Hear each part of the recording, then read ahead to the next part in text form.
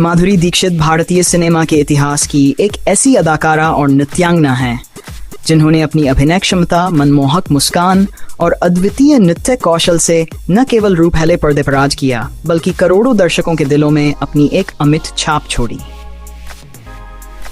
90 के दशक में जब बॉलीवुड पुरुष प्रधान फिल्मों के इर्द गिर्द घूमता था, तब माधुरी दीक्षित ने अपनी स्टारडम के दम पर बॉक्स ऑफिस के समीकरणों को बदल कर रख दिया। धक धक गर्ल के नाम से मशहूर माधुरी की जीवन यात्रा केवल स्टारडम की चमक दमक तक सीमित नहीं है, बल्कि इसके पीछे कई ऐसी दिलचस्प और अनसुनी कहानियां हैं जो उनकी असाधारण प्रतिभा, समर्पण और दृढ़ इच्छा शक्ति को दर्शाती हैं। बचपन के सपने और प्रारंभिक जीवन। माधुरी दीक्षित का जन्म 24 को मुंबई में एक मध्यम वर्गीय मराठी परिवार में हुआ था। उनके पिता शंकर दीक्षित और माता स्नेहलता दीक्षित ने हमेशा अपने बच्चों को संस्कारों और शिक्षा के प्रति प्रेरित किया। बचपन में माधुरी का अभिनय की दुनिया से दूर दूर तक कोई नाता नहीं था। वे एक बेहद होनहार छात्रा थीं और उनका प्रारंभिक सपना माइक्रोबायोलॉजिस्ट या डॉक्टर बनने का था। उन्होंने अपनी स्कूली शिक्षा डिवाइन चाइल्ड हाई स्कूल से पूरी करने के बाद मुंबई के पार्ले कॉलेज से माइक्रोबायोलॉजी में स्नातक की पढ़ाई शुरू की थी। हालांकि किस्मत को कुछ और ही मंजूर था।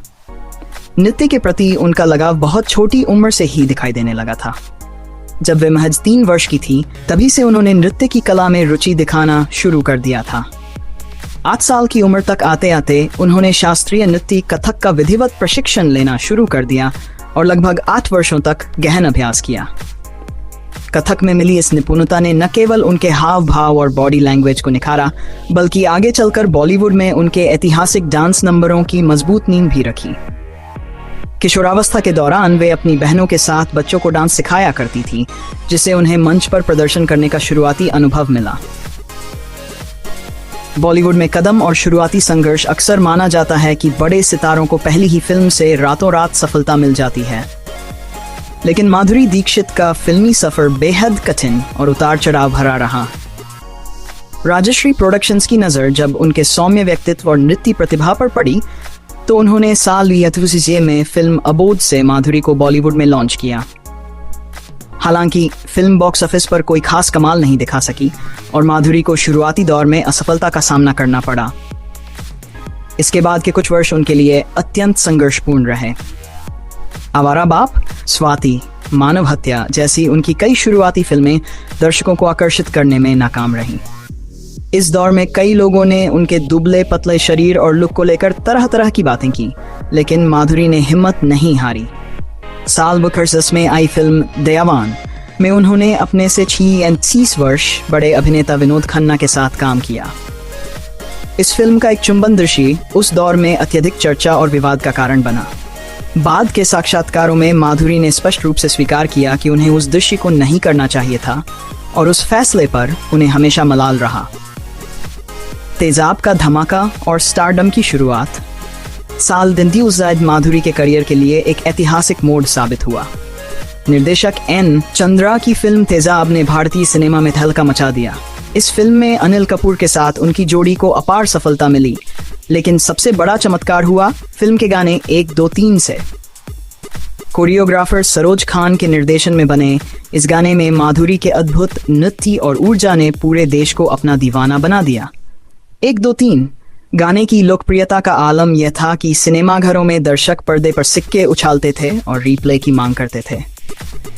इस गाने ने माधुरी को रातों रात देश की सबसे चहेती अभिनेत्री बना दिया और उन्हें पहली बार फिल्म फेयर सर्वश्रेष्ठ अभिनेत्री के नामांकन से नवाजा गया। सरोज खान और माधुरी दीक्षित की गुरु शिष्या की इस जोड़ी ने इसके बाद भारतीय सिनेमा को अनगिनत कालजयी नृत्य दिए। की ऐतिहासिक सफलता के बाद माधुरी ने राम लखन, परिंदा, त्रिदेव और किशन कन्हैया जैसी लगातार सुपरहिट फिल्में देकर बॉलीवुड की शीर्ष अभिनेत्रियों में अपना स्थान पक्का कर लिया।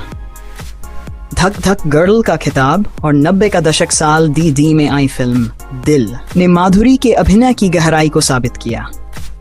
आमिर खान के साथ उनकी जोड़ी को बहुत पसंद किया गया और एक बिगड़ैल अमीर लड़की के किरदार को जीवंत करने के लिए माधुरी को उनका पहला फिल्म फेयर सर्वश्रेष्ठ अभिनेत्री का पुरस्कार मिला।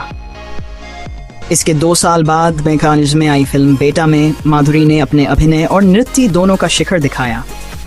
फिल्म के गाने धक धक करने लगा में उनके कातिलाना हाव भाव और डांस स्टेप्स ने पूरे देश में तहलका मचा दिया। इसी गाने के बाद से उन्हें हमेशा हमेशा के लिए धक धक गर्ल का नाम मिल गया। बेटा के लिए उन्हें एक बार फिर सर्वश्रेष्ठ अभिनेत्री का फिल्म फेयर पुरस्कार प्राप्त हुआ। 90 के दशक के मध्य तक आते आते माधुरी का प्रभाव इतना बढ़ गया था कि फिल्में सिर्फ उनके नाम से बिकने लगी थीं। हम आपके हैं कौन और फीस का ऐतिहासिक रिकॉर्ड भारतीय सिनेमा के इतिहास में साल विंग बाजसी की फिल्म हम आपके हैं कौन एक नए युग का सूत्रपात लेकर आई।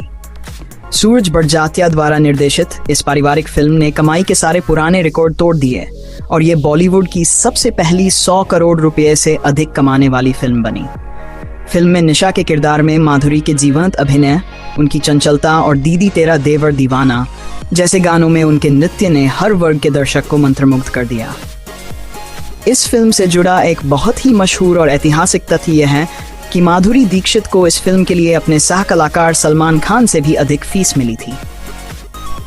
रिपोर्टों के अनुसार उस दौर में जब पुरुष अभिनेताओं को ही भारी भरकम फीस दी जाती थी, माधुरी को इस फिल्म के लिए लगभग शीप डांस से 11 करोड़ रुपए दिए गए थे। ये भारतीय सिनेमा के इतिहास में पहला मौका था जब किसी अभिनेत्री का पारिश्रमिक फिल्म के मुख्य अभिनेता से कहीं ज्यादा था, जो उनके अभूतपूर्व स्टारडम का जीता जागता प्रमाण था। स्टेम एफ हुसैन की दीवानगी और कलात्मक प्रेरणा, माधुरी दीक्षित की खूबसूरती और अदाओं का जादू सिर्फ आम जनता पर ही नहीं बल्कि भारत के महान चित्रकार मकबूल फिदा हुसैन